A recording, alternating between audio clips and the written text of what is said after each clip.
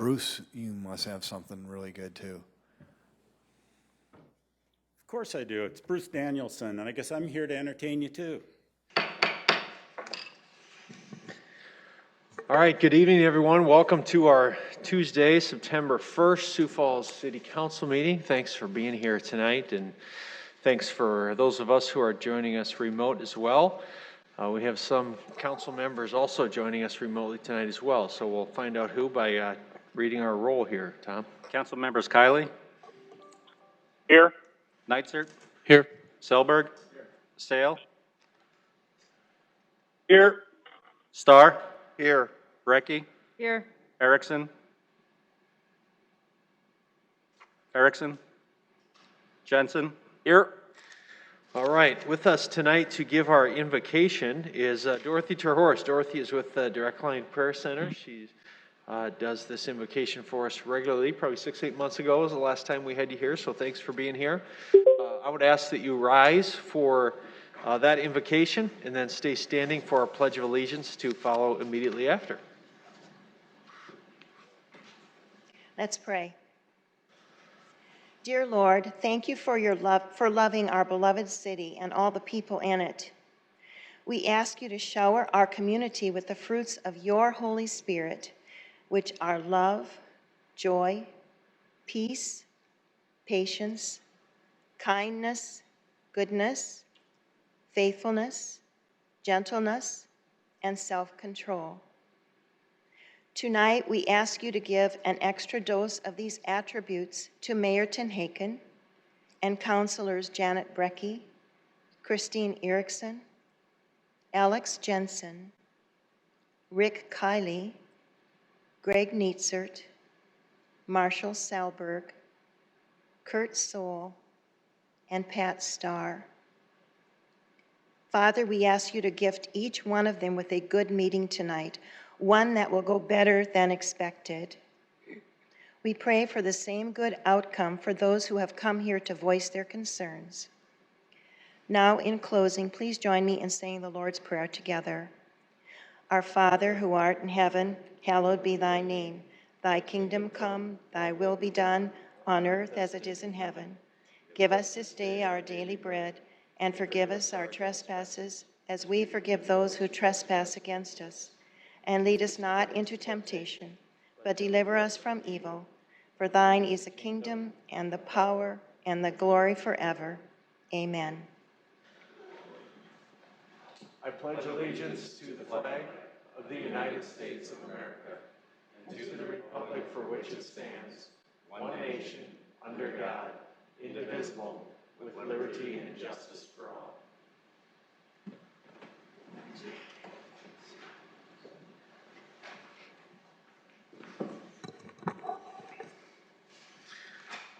All right, thank you, Dorothy.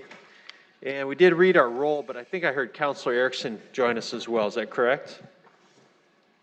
Yes, I'm here. All right. So we have all 8 councilors here. We'll move on to item 4, which is our consent agenda. Look for any changes. Councilor Neitzer. Mr. Mayor, I'd like to pull contract number 24 from item number 6, which is the approval of contracts and agreements from the consent agenda. All right. Pull item 24. Other changes, councilors? Move approval. Second, Jensen. All right. Motion by Selberg, seconded by Jensen to approve the consent agenda. Any other discussion? All right. We'll take a vote on that one, please. Council members Kylie? Yes. Neitzer? Yes. Selberg? Yes. Sale? Yes. Starr? Yes. Brecky? Yes. Erickson? Yes. Jensen? Yes. All right, that item passes 8-0. We'll move on to the next item, item 23, which is our regular agenda. I look for a motion on that. Move approval. Second, Jensen. All right, motion by Selberg, seconded by Jensen, to approve item 23. Any discussion on that, council? All right, hearing none, we'll take a vote on that, please. Council members Kylie? Yes. Neitzer? Yes. Selberg? Yes. Sale? Yes. Starr? Yes. Brecky? Yes. Erickson? Yes. Jensen? Yes. All right, that passes 8-0. We're at item 24, general public input. As a reminder, input during this portion will last no more than 3 minutes per person, and in total lasts no more than 30 minutes. During general public input, the public is welcome to speak on any topic that does not appear later on the agenda. For regular agenda items following general public input, comments are limited to 3 minutes unless the item is being presented for final adoption, in which case public input is limited to 5 minutes. For all regular agenda items, comments are limited to the agenda item under consideration only. At this time, I'd like to invite members of the public forward for general public input. Tom, please note our time is 7:05. Good evening, sir. Good evening. My name is Bob Carlson. I used to be the band director at Lincoln High School. I also directed the summer youth band for 16 years. I'm not sure how many of you folks realize, but 5 years ago, the summer youth band was cut from the Parks and Rec budget because of budget cuts. And so that was a 6th grade band, a 7th and 8th grade band, and a high school band. That program went for 6 weeks every summer. Fortunately, it was picked up by the by the Sioux Falls School District in continuing ed. And so it continues today, and hopefully it continues forever. I'm here on behalf of the municipal band because I want you to think about the possibility of making sure that that band does not drop from the budget. It's very important to many people in this community that that band continues. Music so many times is one of the first things that goes. The arts in general struggle to survive so many times. And I would just strongly encourage you to please keep the municipal band. There's so many people that depend on that organization. Where else can you go to hear live band music in the summertime? We're one of the few communities probably that has a municipal band. And I think it's very important that we keep it.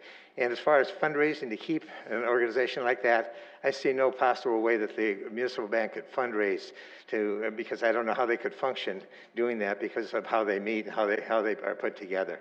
So I would strongly encourage you to keep the municipal band. Thank you very much. Thank you, Bob.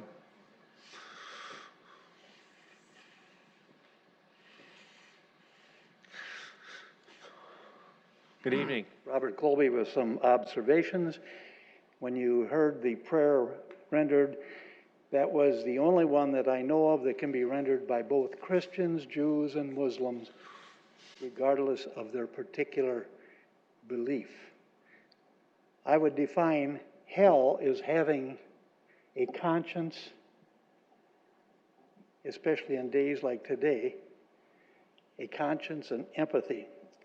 We heard Melania Trump extol virtues of Donald J. Trump. The line left out of her speech was, "I have to say this as it is in the prenup I signed." Each of you, council, mayor, have a sort of prenup.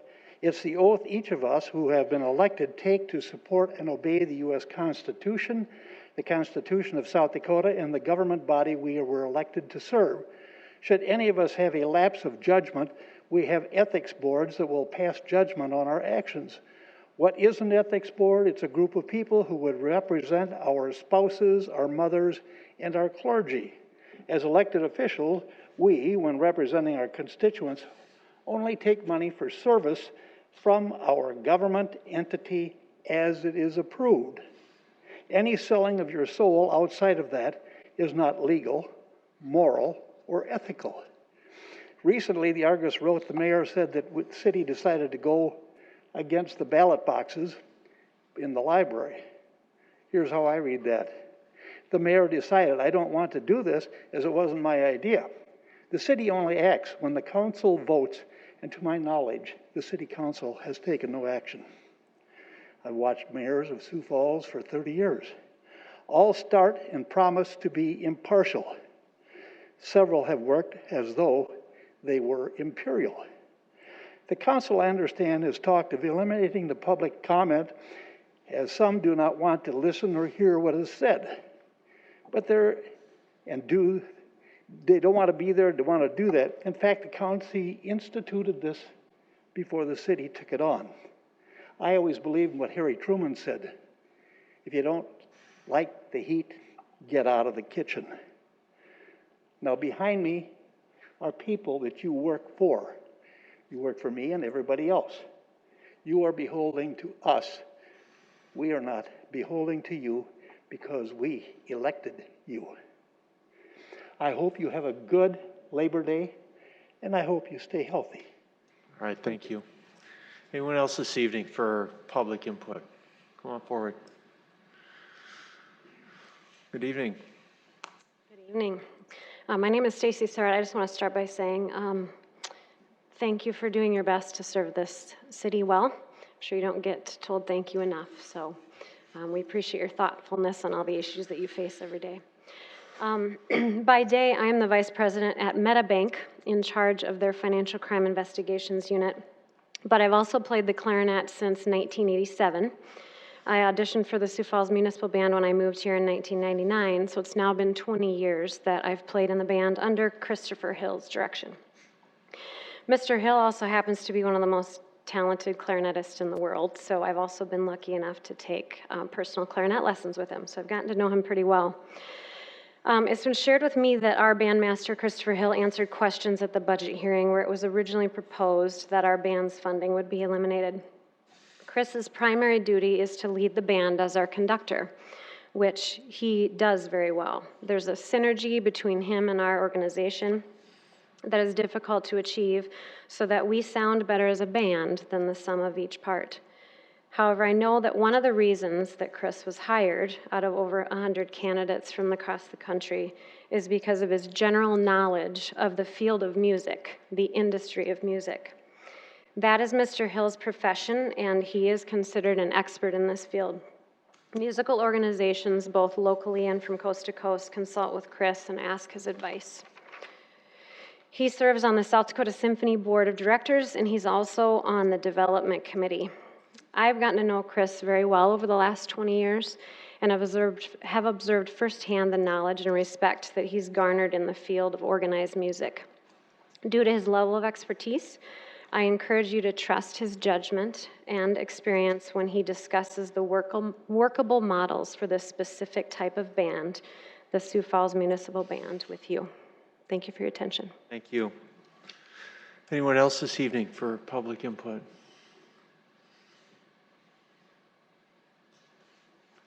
Good evening. Greetings. I'm David Zalkaitis, and I'm here to talk about some ethical issues. If you want to look at issues, sometimes law is a good place to start. So I looked at Chapter 35, City Law, and the law there seems like it's a really great idea. So far, so good. This part, clear and straightforward. It says that government officials should not take gifts because it looks like you're trying to get paid off. So no gifts. And this part seems okay. Don't have a conflict of interest because it's bad for government. So far, so good. So that part of the law is okay. But if you want to have complaints, if you want to look into problems, try not to make them too difficult. So this part here, you have to have your complaint sworn to by a notary public. That just discourages complaints. Probably don't need that. There's another part here that says you've got to be able to read and understand the law and go through all this gobbledygook. Average citizens shouldn't have to have detailed law knowledge to make a complaint. And then this part here says that you can be civilly liable if the board doesn't like your complaint. Well, that's a good way to discourage complaints, and I think the law should be changed to remove these three clauses. Okay, so now there's some ethical problems that we've seen. We've got some third-party paid travel that apparently that's common. We have an official who did not recuse himself, or maybe a whole lot of officials, because apparently that's a common problem. You're not allowed to do that. Okay. There's some questions about disclosure, who's involved, how can we find out? People don't want to know. Citizens want to know, but why can't we figure this out? If you want help covering things up, you can contact the South Dakota Department of Criminal Investigation. Apparently they don't respond to citizens' complaints or concerns. They certainly ignored me. So I have some recommendations. That first, we should improve the ordinance so that you don't discourage complaints. And everybody should report any paid travel that they had, and then we can get some transparency and clean up a mess and go on and go forward. I do have one more recommendation, and that is that we should enjoy beauty wherever we find it, even if it's on the back of a little bug in your garden. So with that, good evening, everybody. All right, thank you. Anyone else this evening?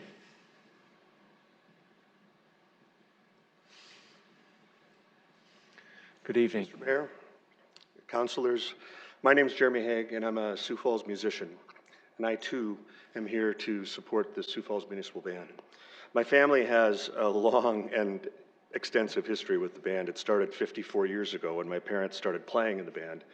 And we've served as conductors, as masters of ceremonies, the band librarian, as soundmen, as guest soloists. I'm the staff arranger. We've got skin in the game, but that's not actually what I want to stress. I want to talk about the fact that, in my view, looking at the overall city budget, it's not a lot of money, but it's a lot of tradition that would be almost impossible to replicate if it were to go away. And here's what I mean. I can think of 3 examples that maybe haven't been brought up before. One, I think the Sioux Falls Municipal Band is a wonderful way to showcase the beautiful parks we have in Sioux Falls. These concerts, especially the Jewel, the amphitheater down at Terrace Park, is a wonderful place to enjoy that music. And it's a tradition that is going on to its 2nd century. I mean, this is a good way to showcase our city, and it's a unique way to do it. Secondly, I think our elderly community is very well served by this band, and they often get overlooked, especially those that live in assisted living facilities or in home villages, retirement villages. If they can't come to us, we go to them. We do a lot of those midweek concerts at those homes, and it's the highlight of their summer. I can tell you, when I was master of ceremonies, women would walk up to me, or they'd wheel up to me, and they would have these calendars. They went, I want you to look at this. And they had the date circled with a red marker for when the day of the concert was. And I said, when did you circle that? They said, the day the schedule came out. I've been looking forward to this all summer. It's a big deal for these communities. And the third thing I would say is for veterans, the band remains an important bedrock of a lot of these ceremonies that celebrate their valor and their experiences as veterans. The band plays a patriotic role in things like the Armed Forces Day celebration at the Veterans Administration Hospital. Also Memorial Day, July 4th. I remember the concerts out at the grandstand at Sioux Empire Fairgrounds, where there's a packed house and then the fireworks show after the concert. Also Memorial Day, we'd often do indoor concerts, getting together one time outside of the summer season to perform for our veterans and their families. So with that in mind, I would just reiterate that it's not a lot of money, but it's a lot of tradition that we won't find an easy replacement for. And so I thank you for listening to me, and I urge the council and the mayor to restore the funding for the 2021 budget. Thank you very much. All right, thank you. Good evening, ma'am. So my name is Trisha Callahan, and I'm here to speak about my concerns about the ballot boxes. Can you pull the mics down a little bit? We can hear you. Kind of short. So I don't know if anyone's noticed, but we're in the middle of a pandemic, and a lot of people aren't going to want to be voting in person. We're being told that it's not safe to vote in person. We're being told it's not safe to vote by mail. And now we're being told that it's not safe to vote by ballot box. I'm getting the message that the real message is don't vote. That's not something I'm comfortable with. I don't feel like it's being made easier for people to vote. And there's been a lot of excuses, like people being worried that the boxes might be lit on fire. We already have ballot boxes around, not enough of them for our current circumstances. I don't remember the last time that that's happened. We've been saying, well, maybe we'll talk about it. Maybe it will get figured out, but we need those ballot boxes now, not 2 years from now. These are unusual circumstances, and people deserve to be able to vote in a safe way, especially with the stuff going on with U.S. Postal Service and the messages being sent about it not being safe to vote by mail either. So that concludes my little speech. Thank you guys for listening. Thank you. Good evening. Sarah Broussard, Sioux Falls. Mayor, I've contacted you by email, and I want to address this very well. We have massage people in the audience. I want the cases that are open with PD arrested. I'm not going to get into it right now. We have evidence that was sent over to PD, and Sergeant McClure hasn't got those evidence for human trafficking by labor. We have commercial properties that have called in and also called the sex trafficking hotline and has issued this. Some of these people has been 7 years in the making under investigation and no busts have been made. We have people coming out of businesses with suitcases. We have people bringing them water and ramen noodles. The police has been on this woman for 7 years and seem that they can't get a bust on it. But yet I send someone into these businesses and we're getting progress with these people. Mayor, I asked you to do this in public, but behind closed doors, but you're not taking it serious. If I have these people come forward, we're just gonna abrupt the whole case and throw this whole case out and get the witnesses to come forward. You want your citizens to come forward on drug trafficking and human trafficking, but nothing is getting done. I know firsthand, and you're not telling me that the police is not doing nothing. I have sent evidence. Commercial properties have sent evidence. I had to go to Homeland Security because the police was putting stuff on the back burner. You have massage therapists here that pay their taxes and their dues to the state. Massaging without a license is a Class 1 misdemeanor. The highest misdemeanor to felony. Senator Stauser, I have to praise that man. Senator Stauser has been trying to work with the police for 8 years. Senator Stauser is going to work in the House to try to get something accomplished with Christine Noem, to get these policemen to do their job. Mayor, I'm asking you, I'm giving you 2 weeks, Mayor, and this whole case will come up to the light in the public's eye. Please mark my words. All right, thank you. Anyone else this evening?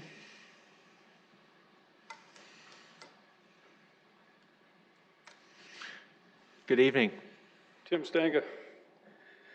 I've been trying to get the Whittier neighborhood cleaned up for the last 5 years. Sierra's been right behind me trying to get it cleaned up. We went on a ride along, me and Matt Tobias, about 2 weeks ago. The city wrote out 48 citations. That's just on the east side of Cliff Avenue.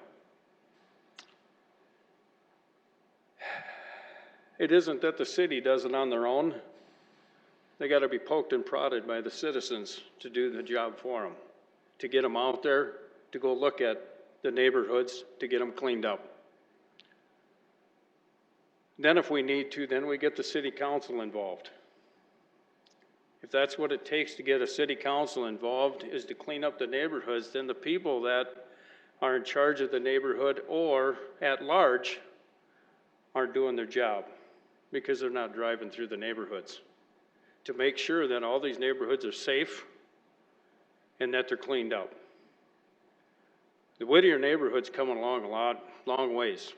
Even Matt Tobias, he told me, he said, Tim, he said, if we keep on it for another 3-4 years, he said, this place is going to be clean. And I agree with him, it will be clean. But it takes time. But the sad part about it is I do service work in town. I talk to a lot of people that are coming from Minnesota. I talk to people that are coming from Wisconsin. And they'd love to be out of where they're at, because they're able to get out and enjoy life. Because where they came from, they couldn't enjoy life. But these people realize that this COVID is being overplayed. Because when it comes to November, we're going to have a flu season Are we gonna call the flu, or are we gonna call the flu COVID? We had a few people that died within the last week or two. One got ran over by the girlfriend.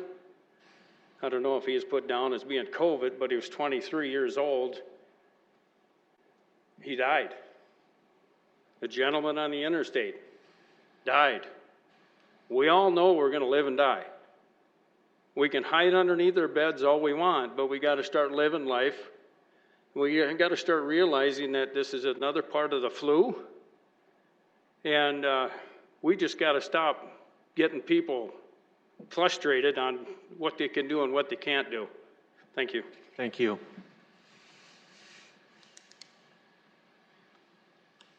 Good evening. My name is Randa Heller. I'm a massage therapist. I have been since 1988. I stand before you exhausted as a widow of less than 5 weeks, and I'm here to support Sierra Brochard. We have issues with our massage board. We are trying to get those worked out. We have issues with our law. We are trying to get those worked out. We have issues with enforcement here in Sioux Falls. We do have unlicensed massage, and it has been ongoing. We have been diligently working with the police as individuals, and we were really getting nowhere. We have had 8 convictions, and it's been primarily because Sierra will not let this rest. We are being propositioned as massage therapists from these overflow of the massage, of the illegal massage. I don't know that you all go to work and wonder if you will be exposed, if you will be asked for oral rub or a happy ending, but this is what our young massage therapists who rent and who advertise are facing. There has been, and I have seen it, given to the police evidence, and this has been going on for far, far, far too long. I know that they are reorganizing the Human Trafficking Task Force. We are diligently trying everything that we can do. We have come before this very organization, and we have been called racist by one of your members. We have come here when Chief Burns was brand new, and he stated that, well, there's always going to be some of this going on. Yes, and I know I have to continue to weed my garden too, otherwise I will get no produce. I stand before you, there are ways to work this. The police have the arresting power. The law, 3635, the South Dakota Codified Law is there for this. It is a Class 1 misdemeanor. When we got the convictions, I went to every single court case. Because the massage board is not working with the police are not effectively working with the state's attorneys are not effectively communicating with the judge. What we are getting is we are getting convictions of less than it costs me per year to license and to get my mandatory insurance. It's an insult to us. We need help. There are ways to help. Please reach out. Please reach out. I've been in touch with all of these police officers. They're good officers. Please help them. Thank you. Thank you, Randa. Anyone else this evening?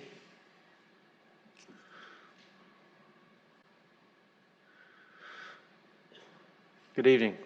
Good evening, Dennis Haugen. This week I've had reason to be extremely proud of the city of Sioux Falls and the state of South Dakota. I was listening to Kristi Noem give her speech at the Republican National Convention.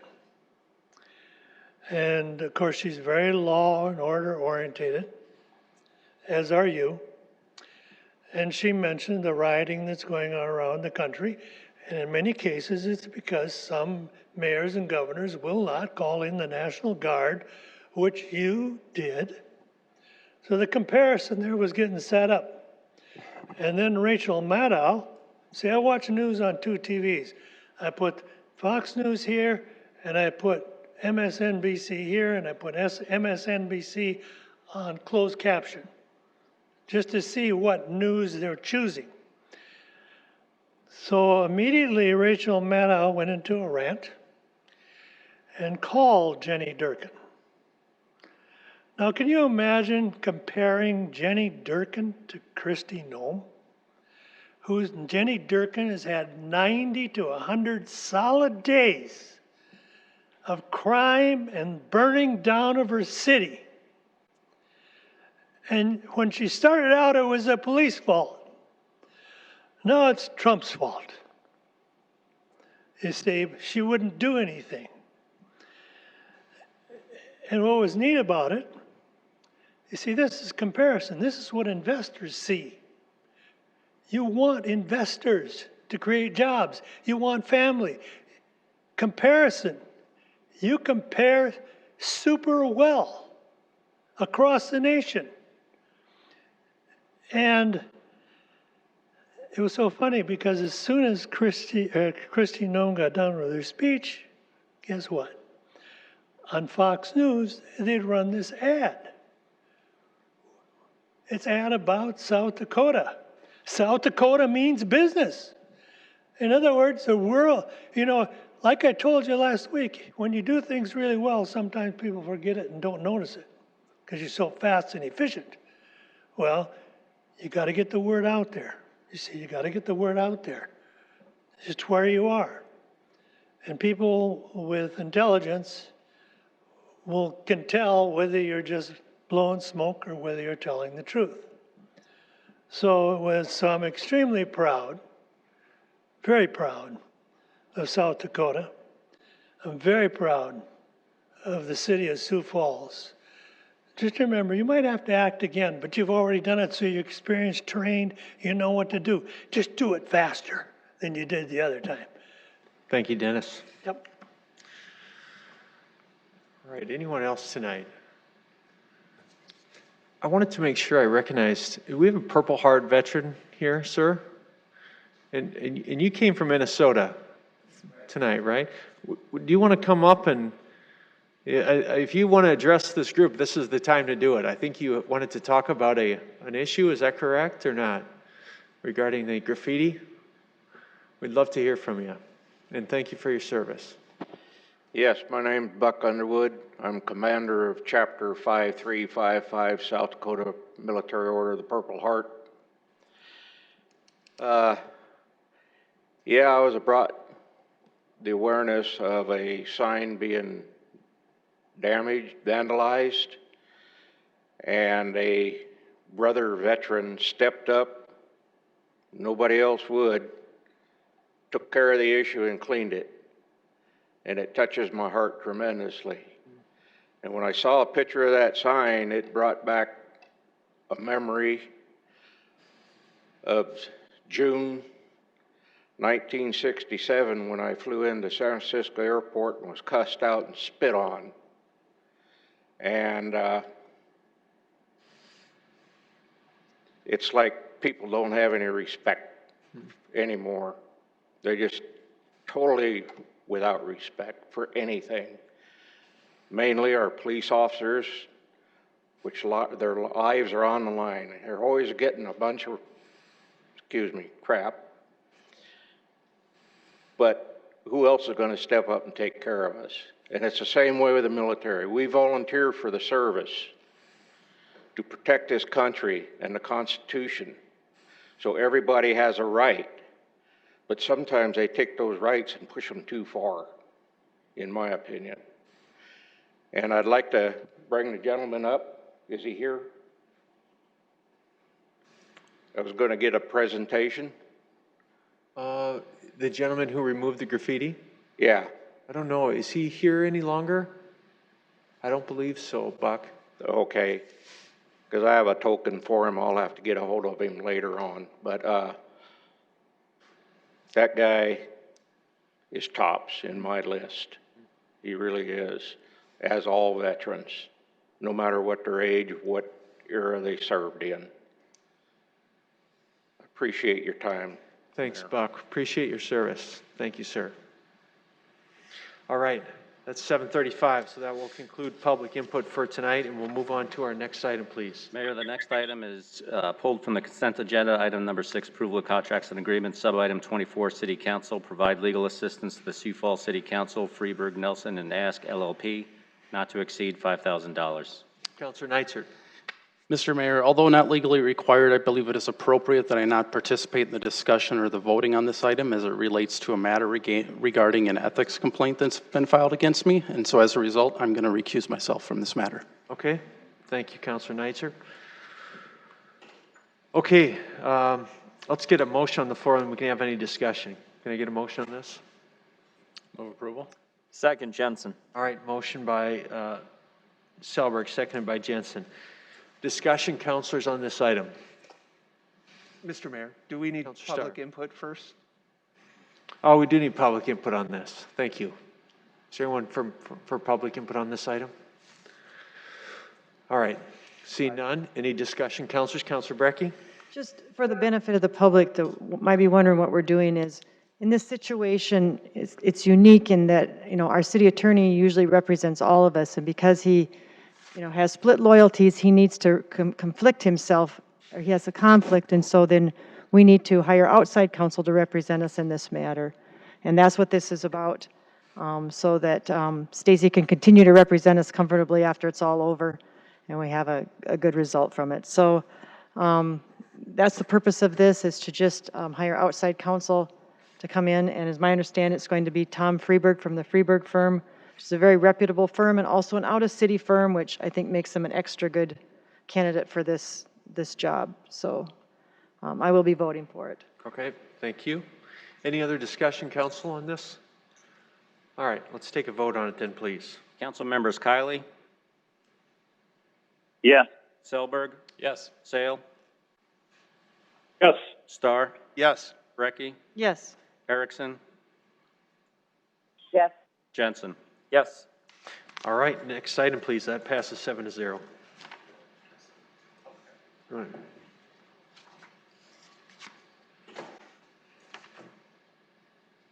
Item 25, transfer of 2020 retail wine and cider license and 2020-21 retail malt beverage South Dakota farm wine license from Red Sea Pub LLC, 921 East A Street, to Red Sea Pub Incorporated, 921 East A Street.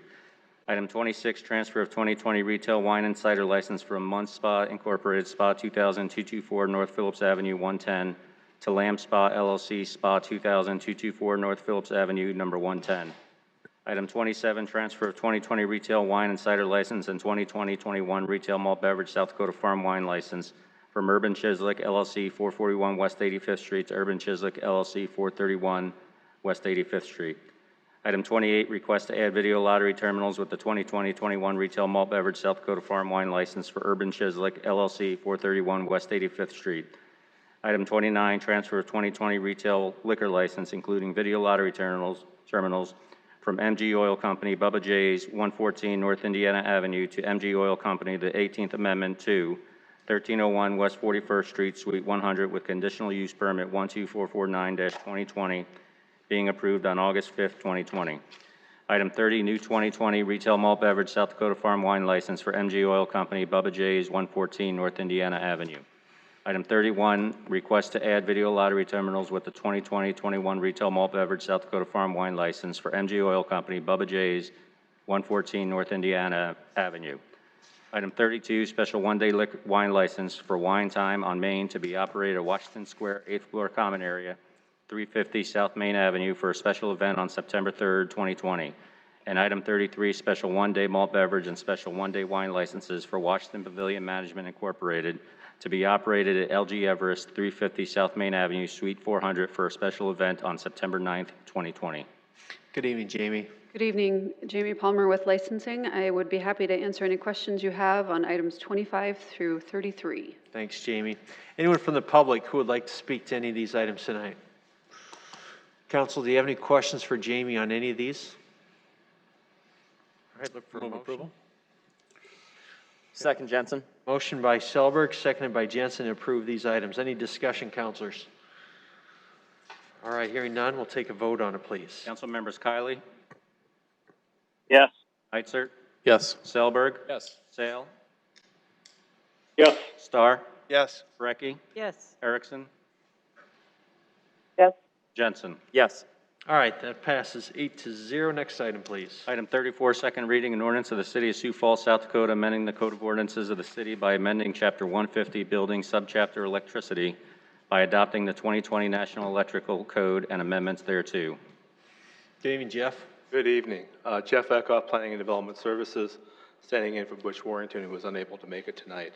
Tonight, we're asking for the second reading approval of the 2020 National Electric Code. It's on a 3-year cycle, so we're amending the 2017 code. Just as a reminder, the state board gives the authority for Sioux Falls and Rapid City. We're the only 2 municipalities that have our own electrical inspectors. We can't be more restrictive than the state guidelines, but we can be more. We just can't be less restrictive than them. In April, the state board brought forth their changes. The state Home Builders Association had some items they wanted to rediscuss. There were 6 items. They ended up getting 4 of them pulled and 2 of them remained in place that we are adopting as well. In June, we took it through our local electrical board of appeals, and we've been visiting with the home builders and have involved them locally as well. And I believe, if you remember, Butch talked about he reached out to them just the day of the first reading. And of course, we have a very excellent working relationship with them, and we're thankful for that. The amendments are in your packet. They're lengthy and technical. And Larry Kippas, who's our electrical inspection manager, is here tonight if you have any technical questions. All right, thank you, Jeff. Anyone from the public here to speak on this item tonight? Councilors, got any questions for Jeff or Larry? Look for a motion on this one. Move approval, Nitzert. You got a second? Second. All right. Seconded by Selberg. Any discussion, councilors? All right, we'll take a vote on it, please. Council members Kylie, Yes. Nitzert, Yes. Selberg, Yes. Sale, Yes. Starr, Yes. Brecky, Yes. Erickson, Yes.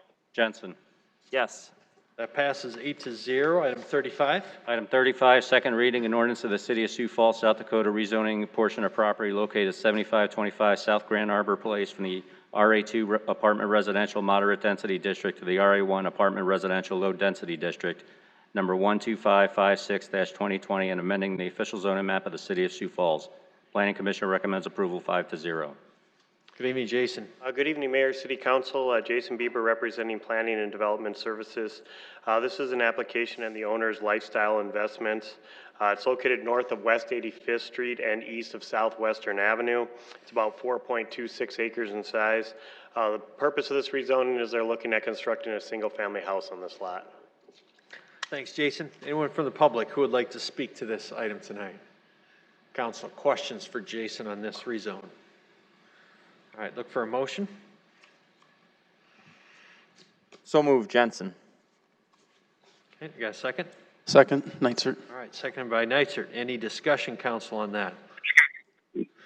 All right, hearing none, we'll take a vote, please. Council members Kylie, Yes. Nitzert, Yes. Selberg, Sale, Yes. Starr, Yes. Brecky, Yes. Erickson, Yes. Jensen. Yes. All right, that passes 8-0. 36, please, Tom. Item 36, second reading, an ordinance of the City of Sioux Falls, South Dakota, rezoning portion of property located south of West Frank Boyce Drive, north of West Madison Street, and west of North Terry Avenue from the C2 Commercial Neighborhood and Streetcar District to the I-1 Light Industrial District, number 12480-2020, and amending the official zoning map of the City of Sioux Falls. Planning Commission recommends approval 5-0. The applicant and owner here is Boyce Park Partners, LLC. It's located north of West Madison Street and west of North Terry Avenue. It's about 3.76 acres in size. The purpose of this rezoning is the applicant is looking at constructing a contractor shop or an other small industrial use on the property. All right, thanks, Jason. Anyone from the public who would like to speak to this one tonight? Council, questions for Jason? Move approval. We got a second? Second, Jensen. All right, motion by Selberg, seconded by Jensen, approve. Any discussion, council? All right, hearing none, we'll take a vote, please, Tom. Council members Kylie, Yes. Nitzert, yes. Selberg, Yes. Sale, Yes. Starr, Yes. Brecky, Yes. Erickson, Yes. Jensen. Yes. That passes 8-0. Next item, please. Item 37, second reading, an ordinance of the City of Sioux Falls, South Dakota, rezoning portion of property located west of North 6 Mile Road and north of East 10th Street from the AG Agriculture and RD2 Townhome Residential Suburban Districts to the RS Single Family Residential Suburban District, number 12438-2020, and amending the official zoning map of the City of Sioux Falls. Planning Commission recommends approval 5-0. The applicant and owner here is Preston Metler. It's located northwest of 6 Mile Road and East 10th Street. It's about 4.6 acres in size. The purpose of this rezoning is they're continuing to construct single-family residential homes up in the Mystic Creek addition. All right, thanks, Jason. Anyone from the public who would like to speak on this one? All right, councilors, any questions for Jason here? Move approval. Second, Jensen. All right, motion. Second, Kylie. Motion by Selberg, seconded by Jensen on that. Any other discussion, council? All right, hearing none, we'll take a vote, please. Council members Kylie, Yes. Nitzert, Yes. Selberg, Yes. Sale, Yes. Starr, Yes. Brecky, Yes. Erickson, Yes. Jensen. Yes. That passes 8-0. Item 38. Item 38, second reading, an ordinance of the City of Sioux Falls, South Dakota, rezoning portion of property located at 4800 East 41st Street from the O Office District to the RE1 Apartment Residential Low Density District, number 12431-2020, and amending the official zoning map of the City of Sioux Falls. Planning Commission recommends approval 6-0 with the following conditions. 1, 6-foot screen fence along the east property line, and 2, 18-foot setback from the building to the east property line. The applicant here is Erica Mullally, the owner's Blackstreet Street Partners LLC. This is located east of South Sycamore Avenue and north of East 41st Street. It's about 0.87 acres in size. The purpose of this is to construct a 2-story 12-unit townhomes. They're looking at constructing 4 1-bedroom units, 4 2-bedroom units, and then 4 3-bedroom units. The applicant is proposing to construct 12 garage stalls and 13 uncovered parking spaces for a total of 25 spaces. The zoning ordinance would require them with this set of units would be required 20 spaces, so they're 5 over the minimum requirements. The neighbors had concerns with the neighbors of the twin home development, to the east and north had concerns on drainage, property values, traffic, and 2-story apartments next to their twin homes. The applicant did provide an 18-foot setback along that east property line. 10 foot is required. They're looking to do a 6-foot screen fence. 2-foot berm or 4-foot fence is required. And they're also agreed to put some additional landscaping trees back there to hopefully screen this 2-story apartment from those existing twin homes. There was a question on possibly putting a berm along that east property line. The neighbors were concerned that the drainage could possibly come off that backside of this townhome and go on their property.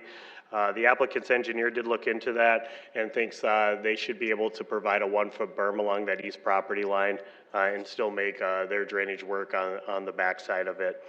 There was also concerns on traffic, increased traffic with the change in zoning. Just running the basic traffic models, usually each unit in a townhome averages roughly 7 trips per day, so you estimate about 84 trips for this townhome. The existing office zoning, if you figured there was roughly a 5,000 square foot building on it, which there are some in the area that's on a similar lot size, those would generate, they figure it's 16 trips per every 1,000 square feet. So a total trips, if it was state office, is roughly 80. So it's pretty much a wash and additional vehicular traffic. So. All right, thank you, Jason. Anyone from the public who would like to speak to this item tonight? Please come forward. Come on up, sir.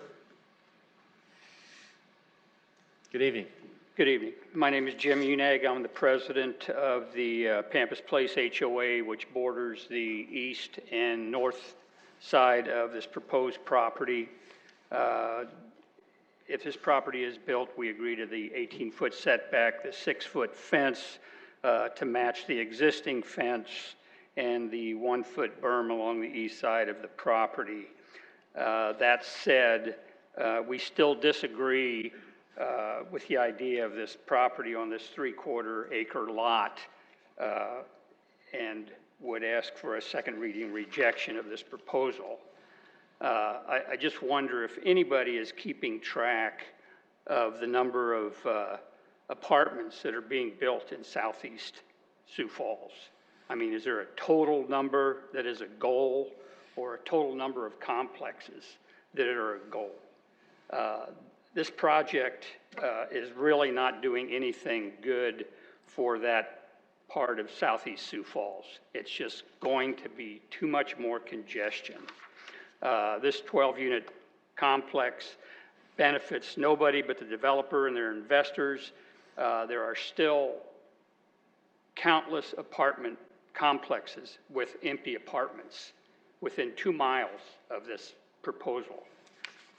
We understand Sioux Falls is growing and needs affordable housing, but just I wonder how many apartments and at what cost to the neighborhoods.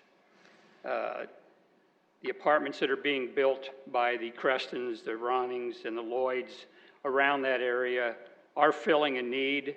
If they're out in the surrounding areas where they're not crammed onto 3/4 of an acre of land, the whole community is for it.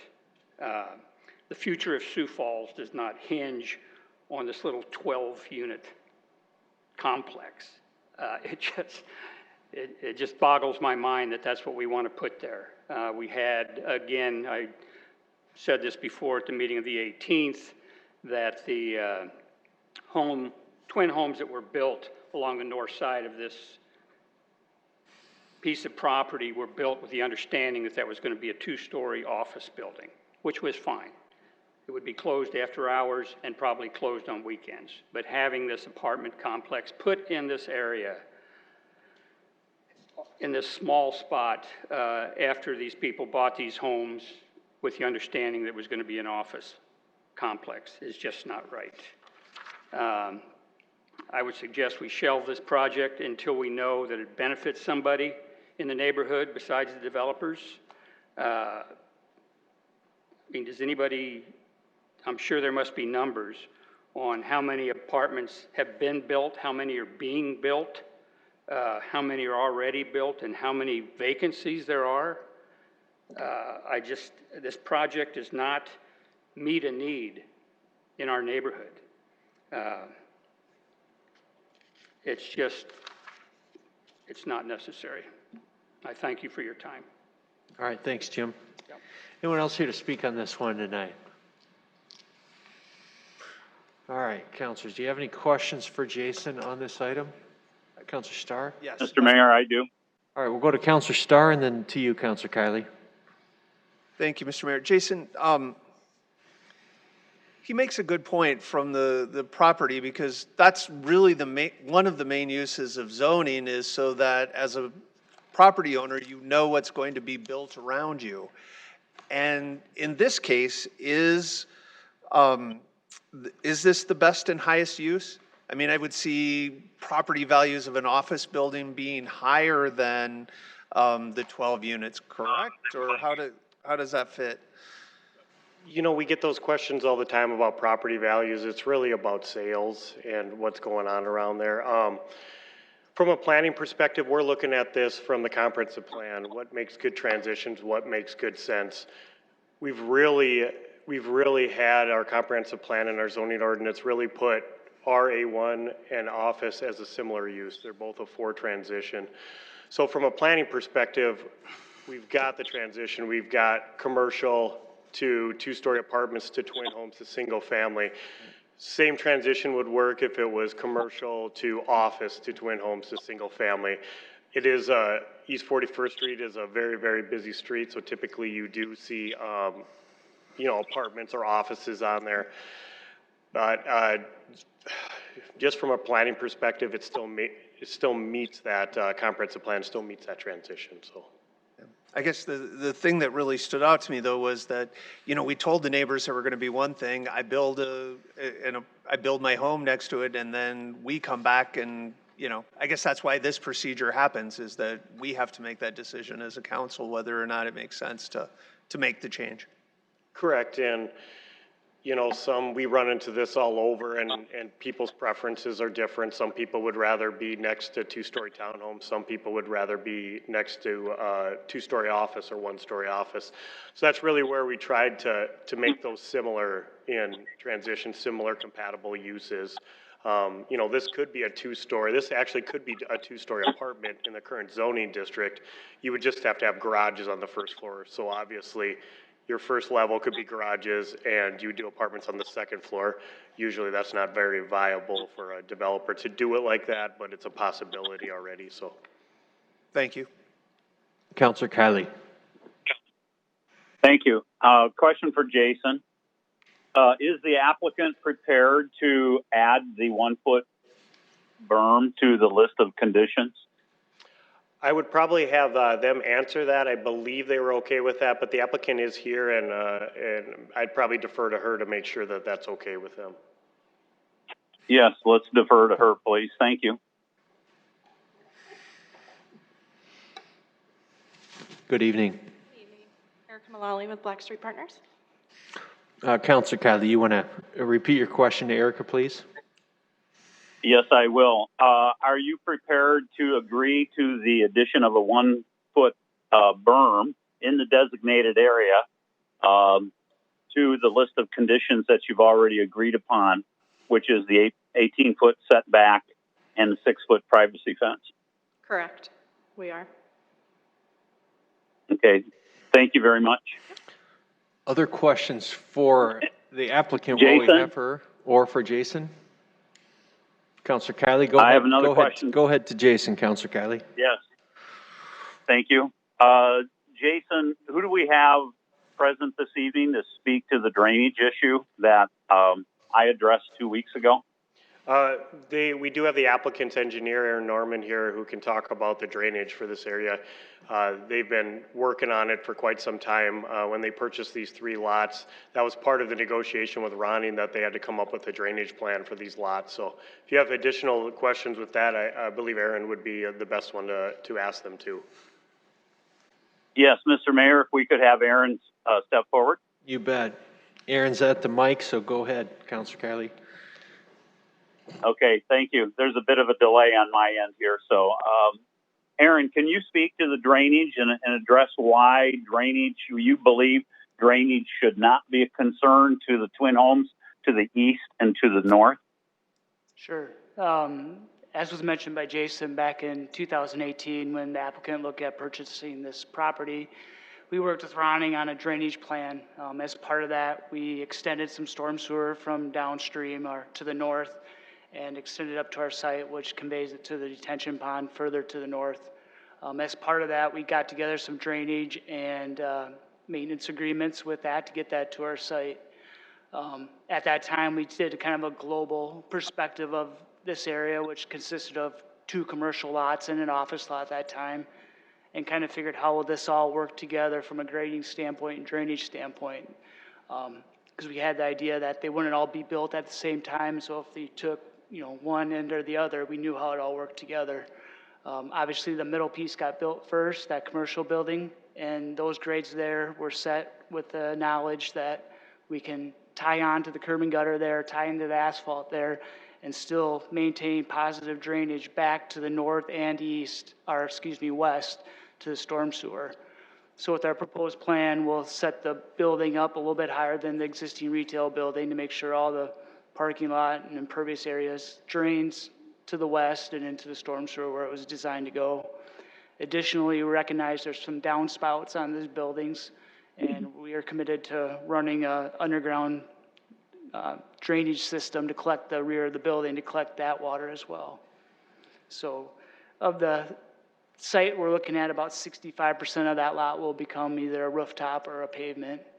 And of the whole site, we're pretty sure we can get about 85% of that drainage going back to the west, with the remaining going back east to that berm area to the north. All right, thank you, Aaron. Aaron, at the present time, do you have any idea how much of the drainage is moving, or which direction drainage is moving now? So right now that lot's undeveloped. Pre-development. Yeah, and it slopes from 41st Street to north, so it all goes north with the easterly side falling down and kind of running along the back of the property lines, but a majority of it goes north now. So you would see this as an improvement for drainage. Yes, all the impacts that we are proposing to do at the site, we are going to direct that to where it was designed to go, so. Thank you very much. Good to hear that you're even designing it to collect the drainage off the east side of the building to move it to the west.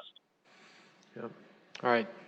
Thank you, Aaron. Thank you, Counselor. Other questions from counselors for any, either the applicant or Jason? Counselor Erickson? For the applicant or Jason, whomever wants to answer, my question is, are these considered affordable housing or will this be market rate? I'll invite Erica up with Blackstreet to answer that, please. These will be at market rate. Market rate? Correct, yep. So just for the public, can you clarify what that means?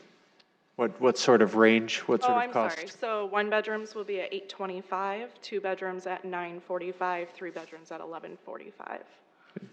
Thank you. Okay, thank you for answering. Really for me, that's workforce housing. That's what regular housing is going for nowadays, and there certainly is a need for this type of housing. We've seen it as a BHAG to making sure that we're adding enough housing stock for folks. This, in my opinion, is a down zone or really a streamline, because what could have gone in there would have been a 2-story with as it was stated, a 2-story apartment with the garages underneath.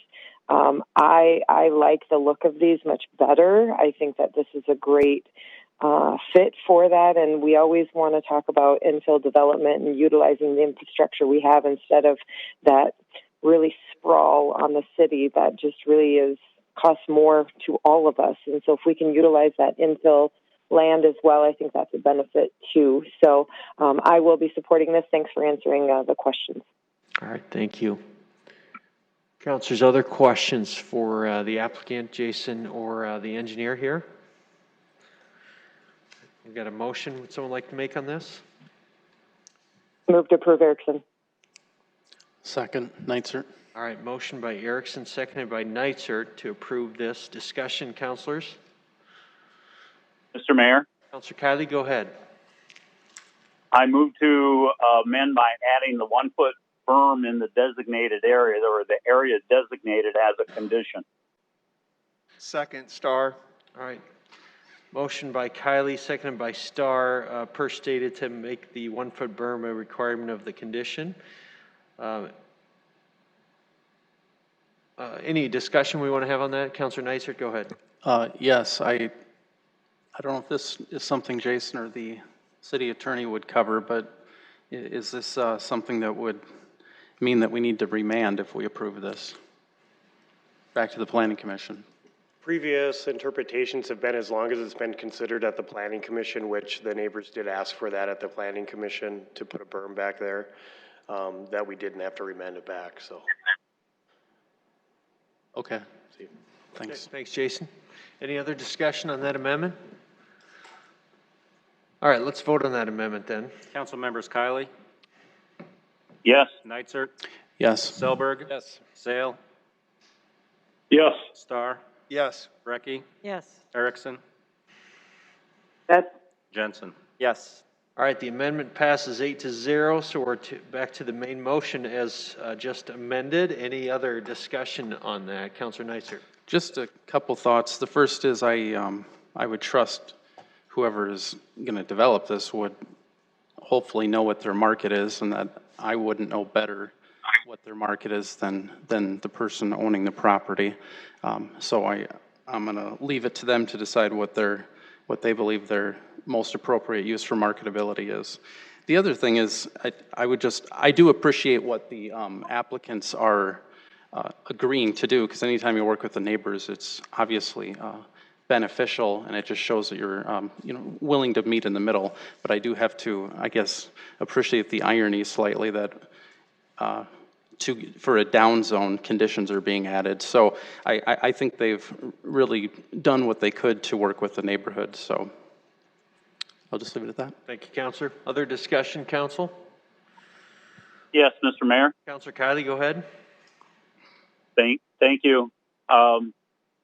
Actually, the availability of apartments is not a criteria that this body would use to establish our position on a rezone item. However, the criteria set forth by Shake Places, things such as compatibility, and in this case, this particular project has compatibilities of 4s and 5s with, I think, 1, 3. 4s to the north, a 4 to the east, a 5 across the street, and then a 3 with the existing commercial site. And it does it does establish the type of transition that we endeavor to put into place: retail, apartments, twin homes to single family. So for that reason and the reason of just being consistent, I will be supporting this with the conditions. All right, thank you, Counselor. Other discussion, Council? All right, hearing none, we'll vote on the main motion as amended. Council members Kylie, Yes. Neitzer, Yes. Selberg. Yes. Sale, Yes. Starr, Yes. Brecky, Yes. Erickson, Yes. Jensen. Yes.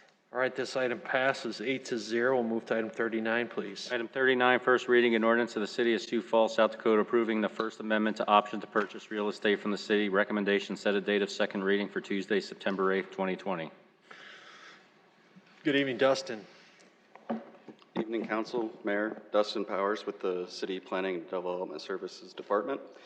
If you recall from last December, City Council approved a purchase and development agreement between the City of Sioux Falls and Rail Yard Flats to build the first development within the Rail Yard redevelopment area.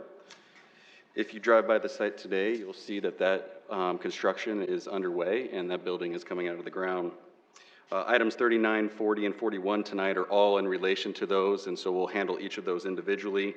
One of those items, beyond just the development and purchase agreement for Rail Yard Flats, was also the option between the City of Sioux Falls and Sharapa 2 LLC, which is for an option for the development to the north as well, which is with the same developer, Jeff Scherschlik. So we'll talk about item 39 first. This one is pretty simple and straightforward. If you recall and look at the map, the area outlined in red is where Rail Yard Flats is occurring. So that is where we have our original purchase and development agreement. The area outlined in orange to the north, just south of 6th Street, is where the option agreement takes place with the same developer. What Jeff has approached the city and requested is that we would extend that option term to expire on December 31st of 2022. The original option agreement was till December 31st of 2021. So with that, I'd be happy to answer any questions you have. Thanks, Dustin. Anyone from the public who would like to speak to this item? Councilors, you got questions for Dustin on this one? All right, look for a motion to set a date, a second reading for Tuesday, September 8th. Move to approve, Brecky. Second, Jensen. All right, motion by Brecky and seconded by Jensen on that. Discussion, councilors? All right, hearing none, let's vote on it, please. Council members Kylie, Yes.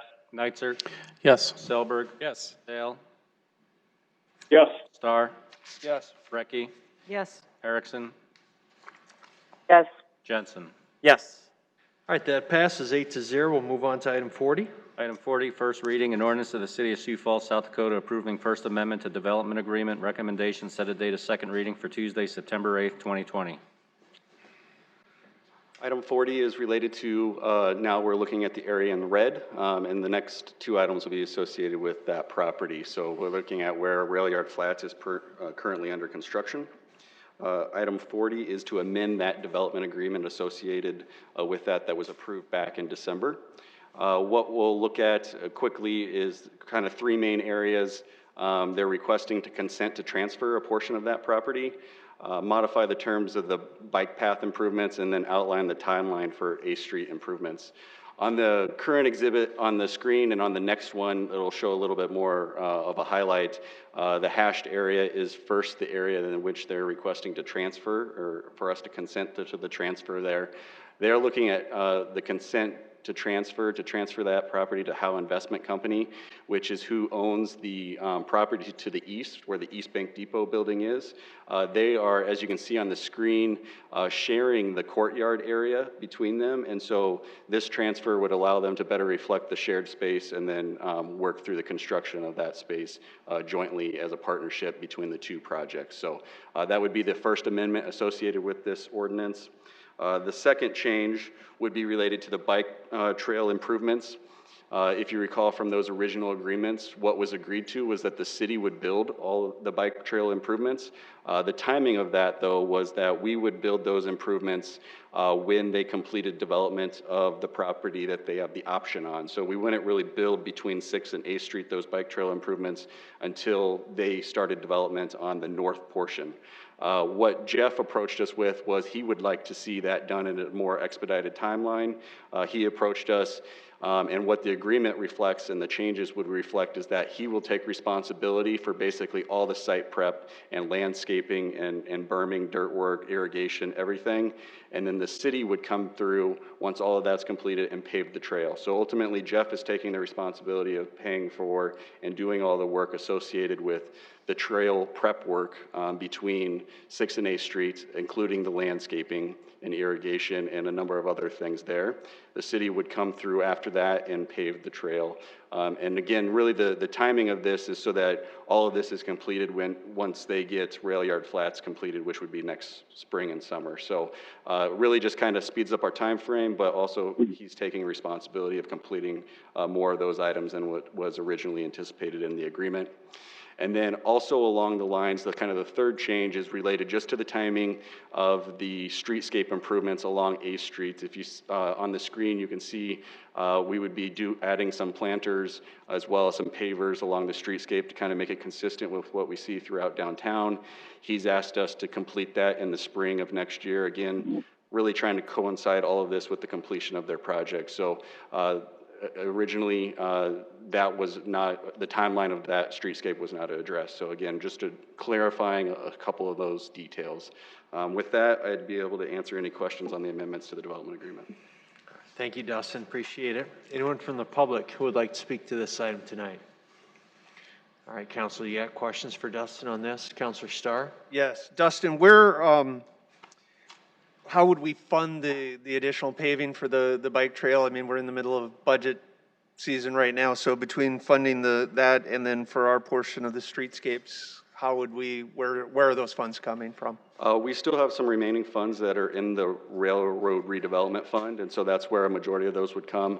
And then in terms of the paving for the actual trail itself, that'll actually be our street department. We'll be able to use our own paver and be able to pave that asphalt for us. So that helps with kind of minimizing the cost of paving the trail. And then the streetscape improvements, again, would be associated with those rail yard redevelopment funds. So. Thank you. Other questions for Dustin? Councilor Neitzer. So for the paving of the trail, you believe it could just be absorbed in the currently proposed budgets? Is that what you're saying? Yeah, that'll be just a part of their work that they'll be able to complete through the year. Yeah. There's no budget amendment or anything like that? No. And just so I understand, so the proposal is they continue and finish the construction of the south half, the current building. We're being asked to extend the option on the north half for them, and then, but what we're doing here is we're looking at agreeing to let them construct, or for us to construct the bike trail, not up to just the termination of the south half, but to go all the way up to 6th Street.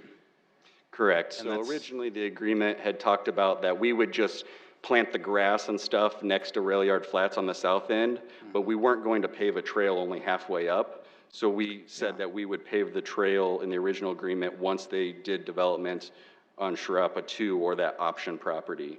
What Jeff approached us with was that he would help fund it if we did it all the way up to 6th Street and we did it in conjunction with his Rail Yard Flats development, so that there wouldn't be inundation of construction of that bike path later on once they've completed Rail Yard Flats. So ultimately he's stepped up to basically cover a majority of the cost, less the asphalt of the trail. So the landscaping will be established on both sides of the bike trail and Correct. He would be responsible for all of that. There's some boulder walls and grass, some native grasses, plantings, trees. And then actually what we also agreed to was that he would maintain all of the landscaping moving forward, and the city would just maintain the asphalt bike path. So if there was an issue with the asphalt portion in the future, we would maintain it. Anything else, basically the stuff that he's building before we pave, he's going to be responsible for that moving forward, and that's reflected in the development agreement. And he's also agreed to actually remove the snow from this portion of the trail as well, because he's already going to be on site with all his developments around that area removing snow. And so if we do this now, and he does all the landscaping, we do the bike trail, and then let's say that we approve the extension of the option, and then he exercises the option, and then he builds, to the extent that he disturbs, I guess, his own landscaping, he'll be responsible to put it back the way it was if there's any disturbance, and, as they're moving dirt around to do the building. We're not gonna, that was obviously the big, we don't want necessarily a road to nowhere, although this one is going 6 to 8, so no matter what, it goes somewhere. In fact, it might be preferable to have it go all the way. But we're not going to be facing a scenario in which we've put in the bike trail, they come in to do the second phase, and they're tearing up our asphalt, is what I'm trying to get ultimately, where the bike trail is built adjacent to Rail Yard Flats and north, we're still the property owners of all of that property. So, and when we, work through the negotiations of what that development will look like, obviously we're gonna have to talk about construction staging and whether that's going to impact the trail at that time. Ultimately, though, they are responsible currently under this development agreement for all those trail improvements, so that's what we would hold them to unless something was renegotiated at that time. Okay, thanks. Other questions for Dustin Mr. Mayor? on this? Yeah, Councilor Kylie, go ahead. Thank you. Just a clarification, or really maybe a summation of my own regarding the transfer. So the transfer doesn't necessarily change the overall plans for this project, but it simply more equally divides the shared space between the house and the developer in this case. Yes, that is correct. Typically, when the city sells land and enters into these development agreements, typically we have written in those development agreements that they have to request consent from us before they can transfer the property. And that's because we want to make sure that they're still completing the development agreement as was originally agreed to. So again, they intend to complete the improvements that are on the current slide with that courtyard area. But this just accurately reflects how they're going to be subdividing that relationship and between the two parties themselves. Makes sense. Thank you. Other questions for Dustin, council? All right, look for a motion on this one to set a date of second reading for Tuesday, September 8th, please. Move approval. Second, Brecky. All right, motion by Selberg, seconded by Brecky on that. Any other discussion, councilors? All right, hearing none, we'll take a vote, please. Council members Kylie, Yes. Eitzert, Yes. Stelberg. Yes. Sale, Yes. Starr, Yes. Brecky, Yes. Erickson, Yes. Jensen. Yes. That passes 8-0. Next item, please, Tom. Item 41, first reading an ordinance of the City of Sioux Falls, South Dakota declaring certain real property of the city surplus and approving the offer to purchase and development agreement. Recommendation set a date of second reading for Tuesday, September 8th, 2020. All right, this is the last item we have regarding Rail Yard Flats. During the design phase, as well as moving into construction, one of the things that the development team recognized is that they were unable to fit all the lighting needs that they need associated with their parking lot, but will also help filter light to the trail improvements onto their current site that they've purchased from the City of Sioux Falls, and according to those original agreements that were passed back in December. So what we're doing here is we're selling an additional 18 square feet. It's actually 2 3x3 foot areas that is where they'll accommodate their lighting fixtures that will again light the parking lot area of their development, as well as have some carryover to the trail. We're making basically all the terms of this purchase agreement consistent with the original purchase agreement, as well as the development agreement. So we're selling it for $10 a square foot, and then again all those terms from the original agreements are carried over to this agreement as well, that were originally negotiated and approved. So with that, I can answer any questions regarding this. All right, thank you, Dustin. Anyone from the public who would like to speak to this one tonight? All right, councilors, you got any questions for Dustin on this item? Move to approve. Second, Jensen. All right, motion by Brecky, seconded by Jensen to set a date of second reading for Tuesday, September 8. Any discussion on that, council? All right, we'll vote on that, please. Council members Kylie, Yes. Neitzer, Yes. Selber, Yes. Sale, Yes. Star, Yes. Brecky, Yes. Erickson, Yes. Jensen. Yes. All right, that passes 8-0. Item 42.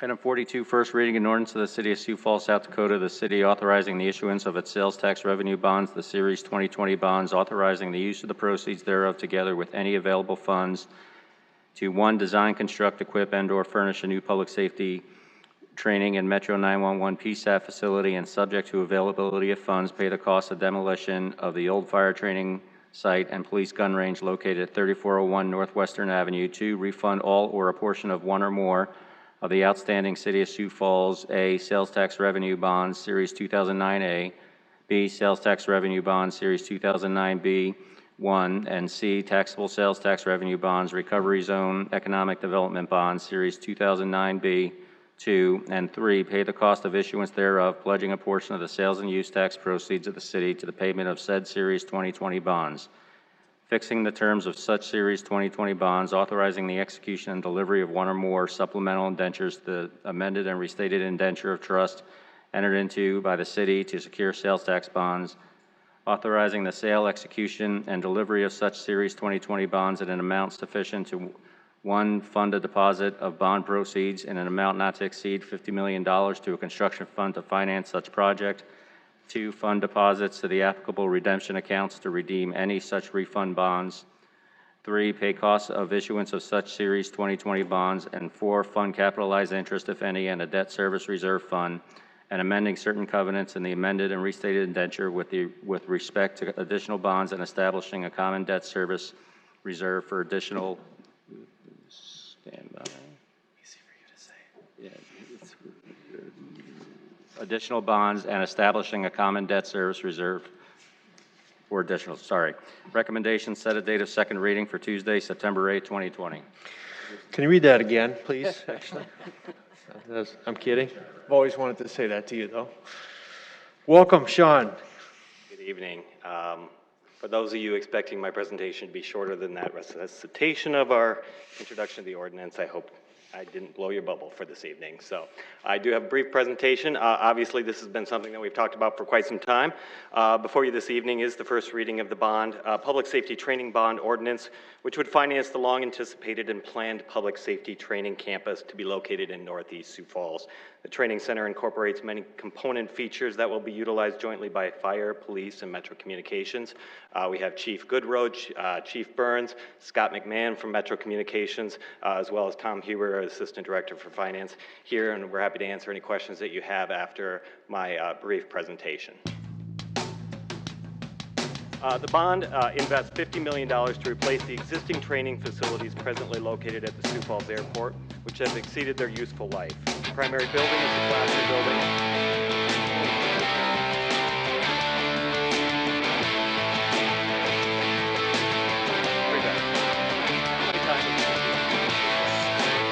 The eastern portion of the building, training classroom facilities for fire, including the new Sioux Falls Police Academy. Administrative offices and fire, various flexible classrooms, fitness facilities,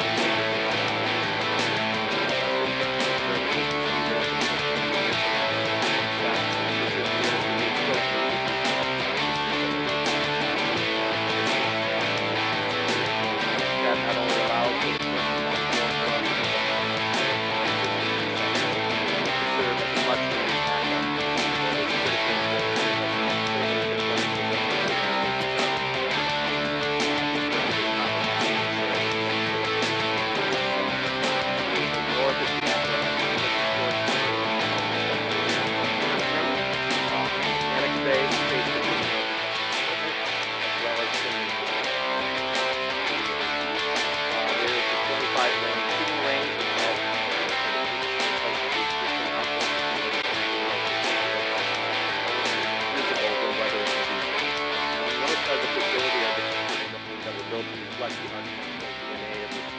Falls and will allow for appropriate life testing for our fire and police personnel in these real-life circumstances.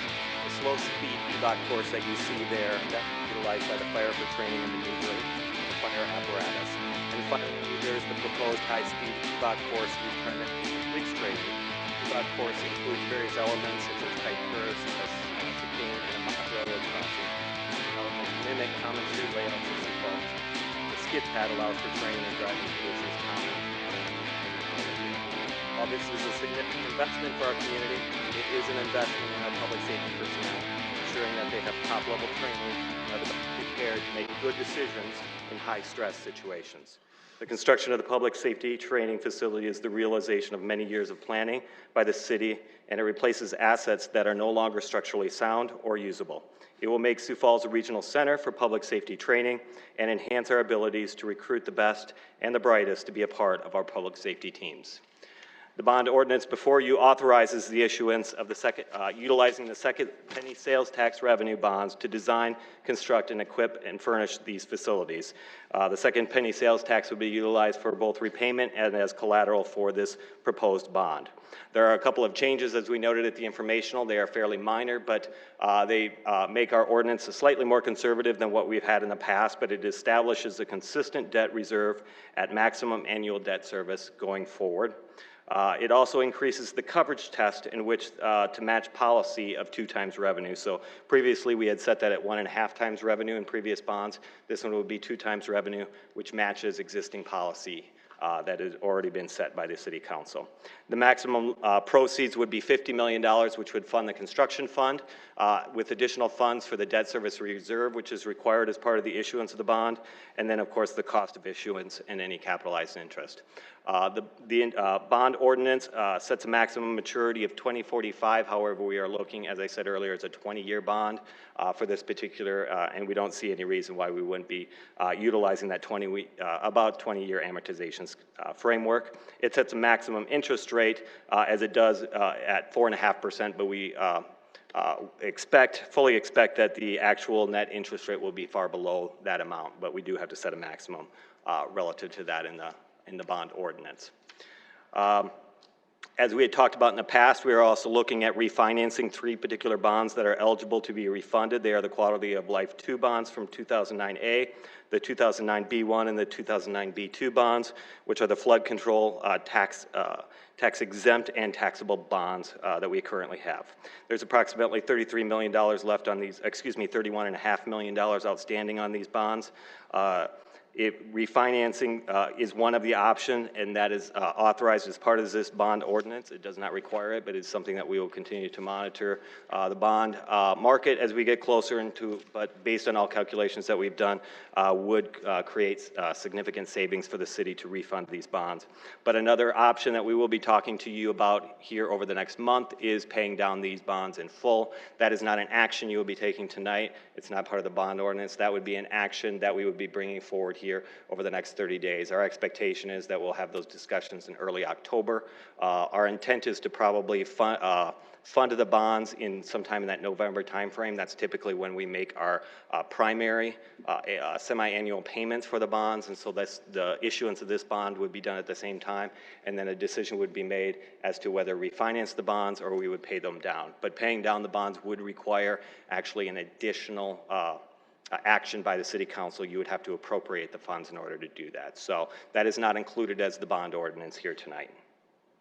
So again, the bond ordinance approves the issuance of the new bonds. It authorizes but does not require the refinancing of the 3 existing bonds, and it does, but it does not at this point determine whether we're going to repay those existing bonds is an option that we've brought forward here recently. Based on a refinance only, we've worked with our finance advisor, which is PFM, to take a look at the various options in refinancing those bonds.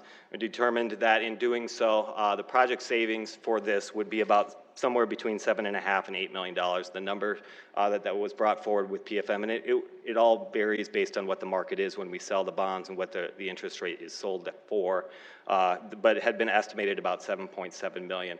About $5.2 million of that is actual reduced debt service payments. About $2.5 million is just releasing of reserves and interest that accrues on those reserve funds. If we do move forward with paying off debt, and again, this is a discussion point we'll be bringing forward in about a month, that has the opportunity to free up about $40 million over the next 20 years, most of that being in the next 9 years during the term of those existing refunded bonds. But that would free up about $32 million over the next 9 years potentially that could be utilized for investing in other infrastructure and other projects here important to the community. Project funding, when we had come forward with, before you and with the county commission at your joint meeting, we had talked about the funding for the PSAP portion of the project. So I'll flip ahead just a second here, but the total project for the PSAP, which would be constructed as part of the classroom facility, is just over $10 million. That's slightly reduced from what we had discussed with you previously. Some of that reduction has been in the areas of the FF&E. Working with Scott McMahon, has been working with some potential vendors, been able to reduce some of those cost estimates primarily for the most expensive portion of that, which is the radio systems component of that. If we're able to maybe execute that agreement to purchase that equipment by the end of the year, but not take delivery until 2022, we would be able to take the opportunity to reduce some of that FF&E cost accordingly. So in our discussions with the county, in going back and forth, working with the county personnel, we had a number of items that were brought forward as what would be administratively the best way to move this project forward, as well as what fits within each of our components, all within the, I guess, the realm of trying to stay consistent with our 75-25 split that we've had for funding Metro Communications in the past from a capital and operations perspective. And working with them jointly, what we've determined and made the request for is that the city would take the lead in the construction component of the project. It's hard to dissect that portion from the rest of our facility. That portion of the project is about $7.85 million. That includes $6.49 million in construction, about an $850,000 contingency, and then we would also take care of two components of the FF&E, the communications tower, which is about $275,000, and a UPS backup system for power backup, which is somewhat of a fixture of the building. One of the reasons for having us do the communications tower and leasing it back to Metro Communications is there may be opportunities for us to utilize the communication tower for other purposes as well. So it keeps our options open, but we would still lease back those services as part of our lease of that facility. The county's contribution would be $2.15 million, and they would pay for the FF&E. This works well in terms of the timing of that.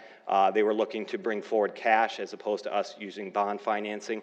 Their funds would be coming in 2022, which would time well with the needs of acquiring most of that FF&E for that. So, and FF&E would then be very specifically paid for with the county's cash. We would be financing the building construction component.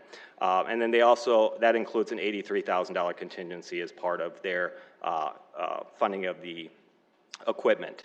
To kind of bring the city and county in parity with one another in terms of our split on a 75-25 basis, one of the things that we had requested and had been working with the county on is a reduction of the lease cost for the backup space. So the current PSAP would be utilized as a backup center. They're currently paying about $50,000 plus for the utilization of that space currently, and that goes up by the CPI every year. So what we had requested is a lease starting in 2023 of approximately $25,000. It's a savings of about $27,500 per year.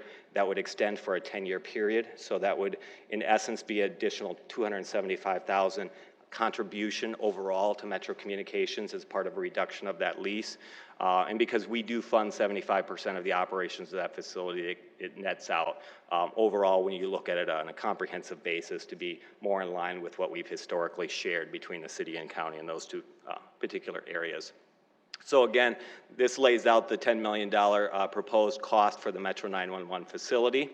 When you look at the entirety of everything else, aside from the PSAP portion of the classroom facility, the total project for the city is about approximately $42.8 million. That includes about a $4.1 million contingency as part of that project cost. And so in totality, total city cost is approximately $50.7 million. We already have expended or incurred or encumbered or allocated $718,000, which reduces us down to a bond amount of about $50 million. There's a couple of components of the facility that aren't included in that cost. They include the USAR portion, a couple of main campus streets, that were included in the plan, as well as the precast training wall. We will bid those as add alternates, depending on how much contingency is left. We may be able to fund that. We're going to actually be bidding a lot of add alternates as part of this, just so we can adjust depending on how the costs come in for the overall facility and be able to have some flexibility in the options of the total campus itself. In terms of approval milestones, tonight is the first reading of the bond ordinance. On September 3rd, there's a special meeting of Metro Communications Council. They will be reviewing the joint building agreement. So the city has developed a joint building agreement working in conjunction with the county. That would be consented to by Metro Communications, and that would be brought back to you and the county for separate action on September 8th. So when we come back for a second reading next week, we would hopefully be bringing back a joint building agreement for Metro Communications that actually lays out those funding mechanisms between the city and county on the partnership for that portion of the project. In October, we'll come back and be discussing repayment options for the existing bonds, as we're kind of in the process of preparing for actually funding the bond ordinance if it's passed. And then in November, we would look to do the either repayment of the existing bonds. That would also be potentially when we would do the funding of the new bond. Project construction timeframes. We hope to close. We have close on the real estate by 12/31/2020. That's our current agreement with the landowners. We would look to work through the annexation and zoning process in early 2021. Once the bond is approved, it'll be about 8 months of construction design, 2 months for bidding and award, and approximately 18 to 24 months of construction. We will look at probably 2 substantial completion dates, the first being the PSAP in the classroom building. That would be the first component that we'll be looking to get completed, and then the second completion date will be the remainder of the facility. With that, I will stand by and happy to answer any questions that you might have in regard to the bond ordinance. Thank you. Thanks a lot, Sean. All right, we'll first see if there's anyone from the public who would like to speak to this item tonight.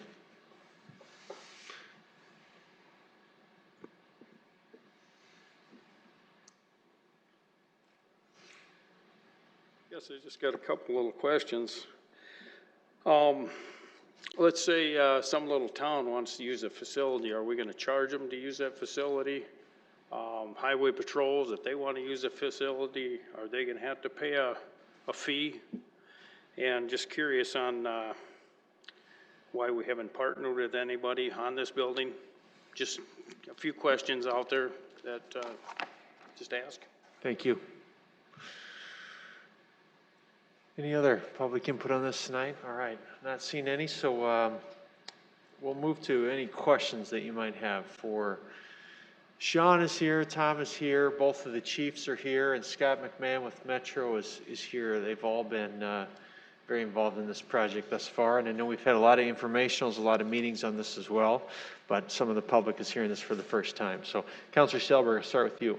Thank you, Mr. Mayor. Sean, so I know there was a little bit of a difference of maybe opinion or understanding for a bit on the county's commitment here over whether it was 2 million or 2.5 or whatever. So basically after some negotiations, that 2.15 is final. And yes, from my understanding, they've had some discussions with the county as part of that. We'll be bringing that kind of layout of that proposal forward to Metro Communications. There'll be 2 county commissioners that are part of Metro Communications, and then would be finally brought forward in full of the county commission on September 8th. Okay, great. Yeah, I think that's really my only question. My only comments on it, I mean, obviously, as the mayor said, we've had a number of meetings and presentations on this. Obviously, it's an important investment in our safety personnel. It's been through, I don't know how many years of careful planning. It's certainly a facility we're in dire need of, so I'm kind of looking forward to finally seeing it all come together, and I'm in full support of it. So thanks for the presentation. Thank you, Councilor. Councilor Neitzer. Director, I appreciate everything you've said because I think you laid it out pretty well, but I just want to make sure that we just get it on the record. We are authorizing the issuance of bonds, but we are not, there's no implied or expressed authorization or agreement that we're going to be paying off necessarily the existing bonds, and we might, but that is not what we're doing under this ordinance. Correct. We are just issuing the bonds for this evening, but it does authorize the opportunity to refinance the 3 existing bonds. So the 2 options are they either stay in repayment as they currently are, or we refinance them, which appears to make the most sense, if anything, if we don't repay them in full, just so that we can reduce some of the expenses and debt service that's associated with those bonds and take advantage of that opportunity. But that would require a separate action. There isn't sufficient funding within the existing sales and use tax that hasn't previously been allocated to do that. It would require some additional actions, some transfers, and some appropriations to make that effective. Yeah, and the reason I bring that up is because we likely will be getting some significant CARES Act funding, and receipt of that funding may free up other cash that we could use to potentially, if we chose to, pay off existing bonds.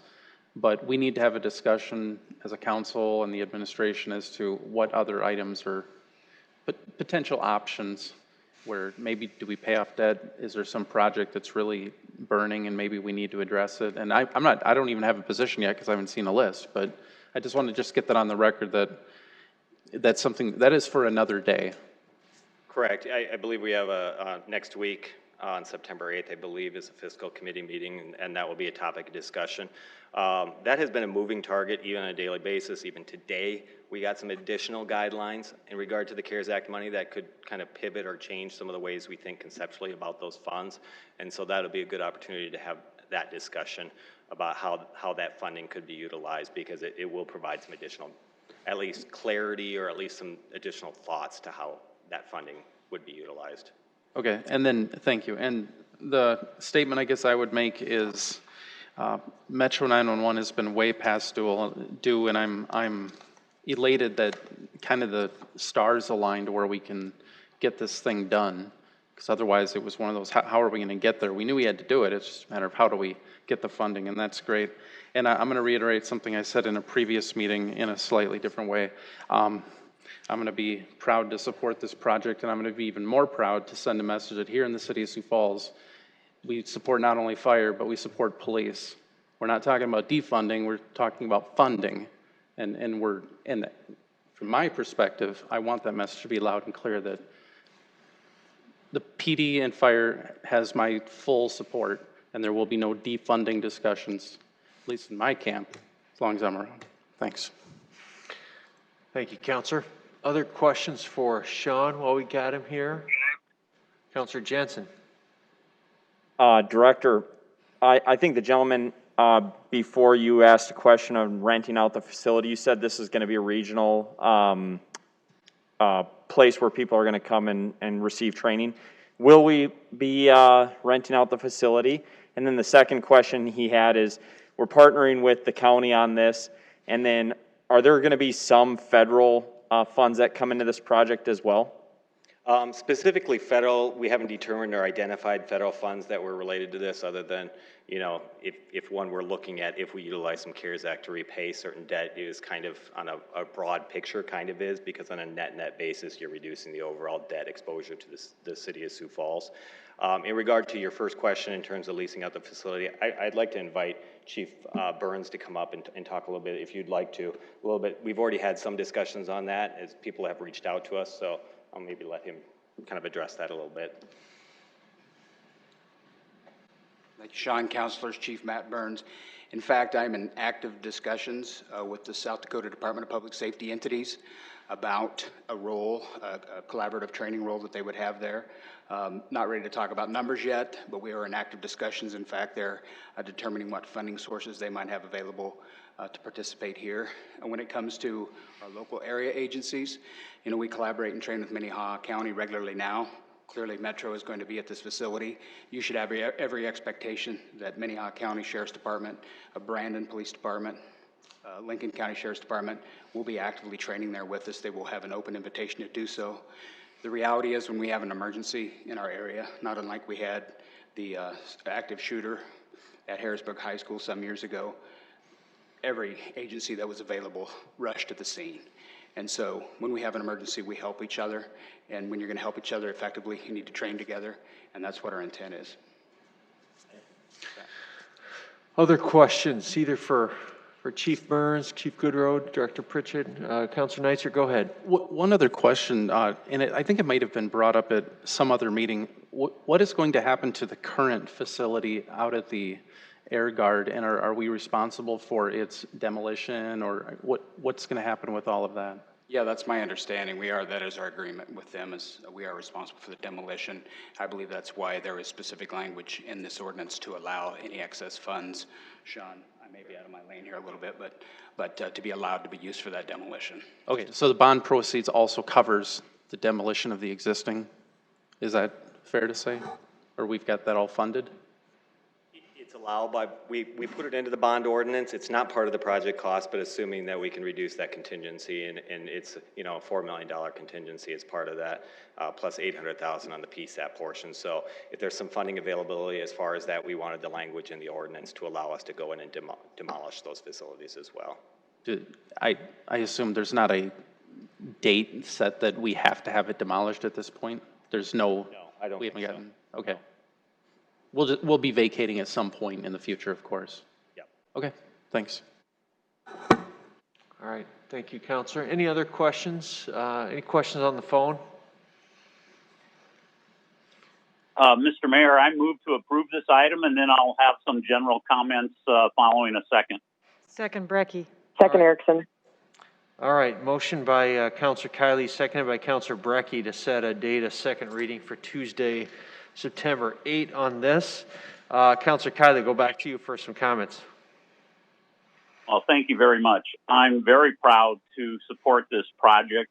In my nearly 7 years on the council, I believe this is possibly the most important item that I will be casting a vote on, as public safety has always been number one for me, as it is for, I think, most of us counselors.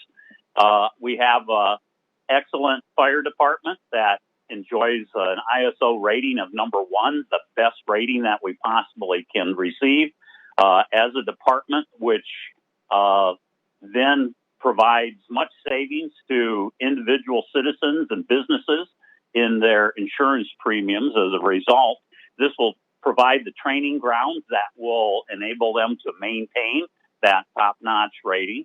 We have an excellent police department, and as Councilor Neitzer has stated, I am very happy to support them with further training, especially considering what is happening in today's environment. Training is in great need, and this facility will provide it for our police officers. And as a member of the Metro Management Board for 7 years, Metro Communications is the tip of the spear. The police department and the fire department, they cannot respond until that call goes through Metro Communications. The facility that they're presently in, they have outgrown it. They've been in it for 40 years now, and it's actually past time to get them in a facility that's conducive for them to do their job. So once again, I'm very happy and proud to support this project. And I thank everyone that's been involved to date. All right, thank you, Counselor. Any other discussion? Counselor Brecky, go ahead. Just want to add my name to the list of supporters, and I would add to the mayor, now you can be the mayor that did something other than a $240 million wastewater treatment plant. It's exciting to be a part of this project and to be able to vote on it and see it go through. I too think it's overdue, and we've been working on it since I've been here now, which is 2 years. And when I came back and went out and saw the training center, it occurred to me that they had been working on it 20 years ago, literally. This is overdue, but the way the stars have aligned and it's come all together, it couldn't be a better project, I don't think, with having Metro in there and the fact that they're going to be working together side by side, sharing conference space, building that community within themselves between the county and us. So maybe it was worth the wait because it's coming together just beautifully at a time when more than ever, training our police and fire is just critical to a healthy city. So thank you. Thank you, Counselor. Other discussion on the council? All right, hearing none, we'll go ahead and take a vote on the motion to set a date of second reading for Tuesday. Council members Kiley? Yes. Neitzer? Yes. Selberg? Yes. Sale? Yes. Starr? Yes. Brecky? Yes. Erickson? Yes. Jensen? Yes. That passes 8-0. We'll move to item 43, please. Item 43, a resolution approving the 2020-21 budget for the Sioux Falls Convention and Visitors Bureau Business Improvement District.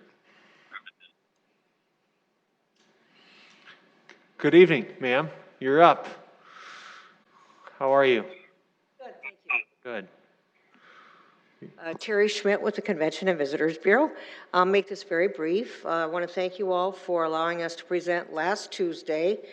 We presented the 2021 budget to you, had a little discussion along with that. Just a reminder that the CVB is funded solely by the room tax and by the bid tax. And it's no secret, we all know we're down significantly due to the COVID situation. But with that in mind, we presented to you a budget for this coming year of $1,250,000 bid income. We have our fingers crossed that we are wrong and it will be higher because we will elevate the amount of business coming into town. But trying to be very realistic and somewhat conservative, we're going with that $1,250,000. I guess at this point, I would be happy to answer any questions and ask for your approval of the budget. You bet. Thank you, Terry. Thanks for being here tonight. Anyone from the public who would like to speak to this item? All right, councilors, do you have questions that you'd like to ask Terry while we have her here on the bid? Councilor Selberg? Thank you, Mr. Mayor. Well, Terry, I appreciated your presentation last week, I think it was, or a couple weeks ago, on everything you guys are doing while times are tough.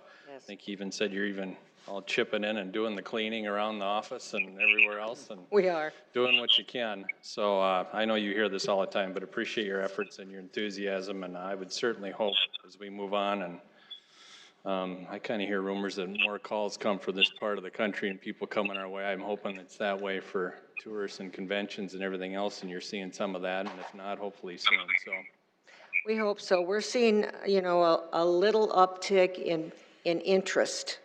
You know, conventions, meetings, we really need to get that back. We really need to get that corporate travel back. And that seems to be the slowest to come back. When this tourism season wraps up, which will probably be in, you know, the next 3 or 4 weeks, it does make us a little bit nervous, and we need to get those conventions back in here because they are the ones that people stay longer for, and they tend to get out in the community more. So we're working hard at it. We had a couple of calls today that were actually very exciting about people wanting to move their events to Sioux Falls in December because they've heard we're open. So we're working those hard. So fingers crossed. but yeah, I know you'll keep doing all you can. Thank you. Thank you.